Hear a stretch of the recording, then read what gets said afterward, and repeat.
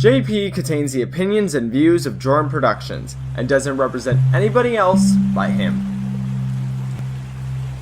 JP, Episode 1, Cold Open, Take 1. Hello everyone, my name is Jordan and welcome to this very first episode of Is horrible sounding coughing something you do often? I'm fine guys. Sometimes I just need cottage cheese. Guys, did anyone here remember to get groceries?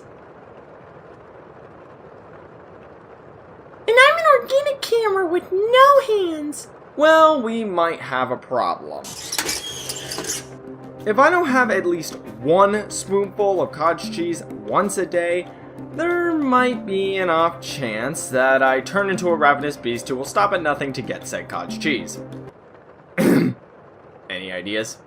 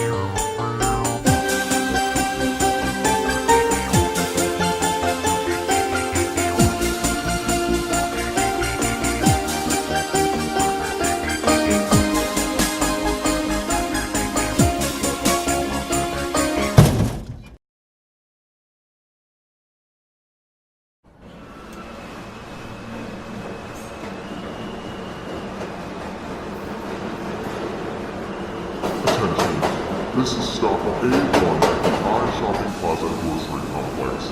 Please disembark at this Where are we going exactly? Not. I-Shopping Plaza Grocery Complex. It's one of the largest grocery stores in the city.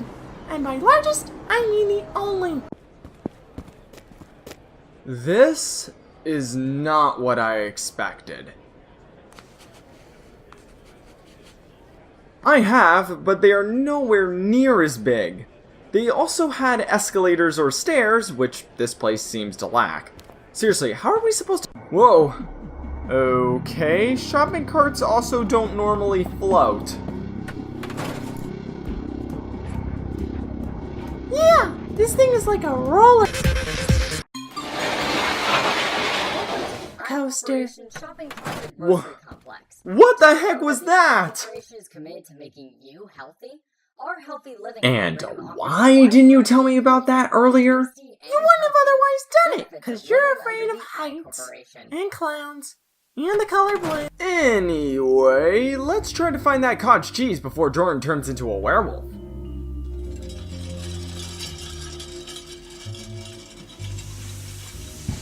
Hey, this product looks a lot like the Ritz Bits s'mores I used to have as a kid.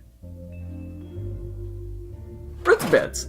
They were tiny little sandwich crackers made of Ritz with a filling in the middle.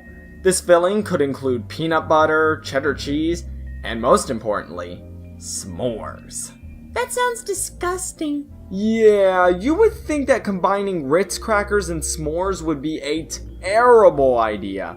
But whether it was because of the flavoring or something else, it was really good. Still sounds disgusting.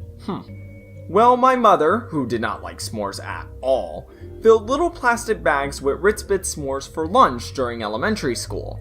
Although they weren't the most popular snacks of all time, I loved them so much because they were small yet delicious little desserts.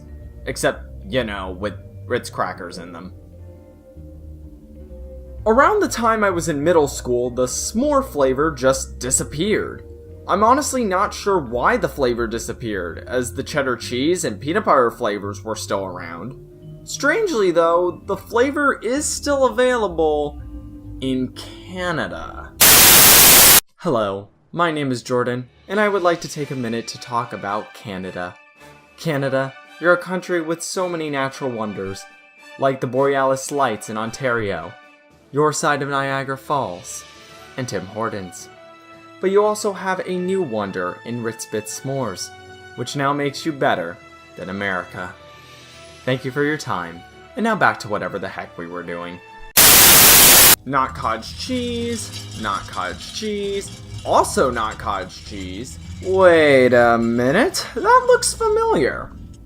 Oh my gosh, the mystery yogurt here is literally the Sprinklins I used to have. And let me guess, you're going to tell us all about it. Yup.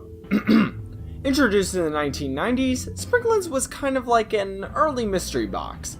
Except it was for yogurt and not multiplayer video games. They had two versions of the product by the time I was in elementary school. The first version was about, well, sprinkles. Each yogurt had a random assortment of sprinkles, and to my knowledge, there was no indication of telling.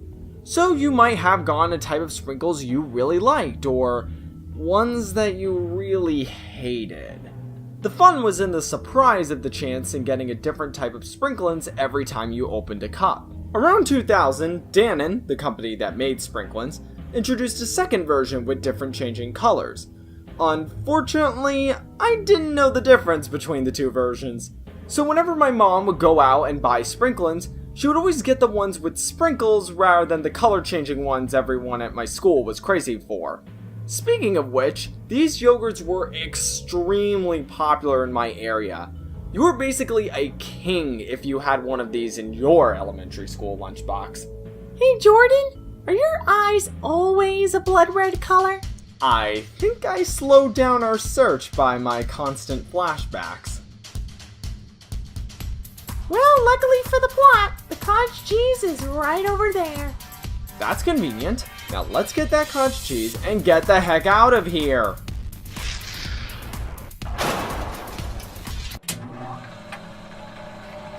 Hello.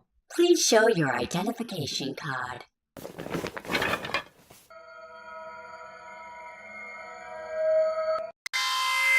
We're sorry, but the item you have purchased is no longer acceptable by the government. Since when did the government or corporation or whatever decide what was healthy for you? The I Corporation's Department of Food and Agriculture has legal authority to modify any foods that it deems unhealthy. Alright, I'm about to turn into a werewolf According and this to thing won't shut Charter, up. Any the ideas? The Corporation's Department of Food and Agriculture is to ensure the safety and prosperity for consumers in the I-Polis. In 2039, Try making this a began with long-winded the introduction speech or of the something. I-Corporation Well, Healthy here goes Living nothing. Program. Ritz Bits S'mores and Sprinklins were discontinued for seemingly no reason. To my knowledge, there is no official reason for their discontinuation. But I think that there is a reason, and what I'm about to say is purely speculation on my part. There might be completely different reasons why these two products were discontinued, such as poor sales. But my reasoning is that there was a large shift in consumer culture. I started to notice this trend around 2005 or so, when healthy initiatives became more prevalent. These healthy initiatives include Cartoon Network with their Get Animated program, Publix introducing their Greenwise organic line, and teachers drilling us about that darn food pyramid. Once these initiatives settled in, there was a large exodus away from sugary foods by consumers. Products like Ritz Bits S'mores and Sprinklins were discontinued, I think, around that time. It could have been an enormous coincidence, but I truly think that these products were taken off because they were deemed too, quote, sugary. Don't get me wrong, these products were sugary. Sprinklin Strawberry had around 19 sugars per serving in 2005 or so. Based on the information given, Sprinklin Strawberry most likely had around 5 to 6 naturally occurring sugars, with the rest most likely being added. It also didn't help that this was marketed towards children, a criticism of the product ever since Sprinklin's introduction back in the 1990s. Ritz Bits S'mores was slightly better with 11 sugars per serving of a container of 9. So yeah, I completely understand why products like these should maybe stay dead or rebranded entirely, regardless of my personal nostalgia for them. On the other hand, I think that some initiatives since then push way too far with our desire to become a healthier society. We've had brilliant ideas like that failed soda ban in New York City, or getting rid of the cheeseburger in McDonald's Happy Meals. While governments and corporations should absolutely promote and create healthy lifestyles and products, I think that the ultimate decision should lie with individual people or parents. I'd rather have consumers decide for themselves what is healthy or not, rather than governments or corporations deciding with different interests in mind. Thank you for shopping with us. Have a nice day. Whew.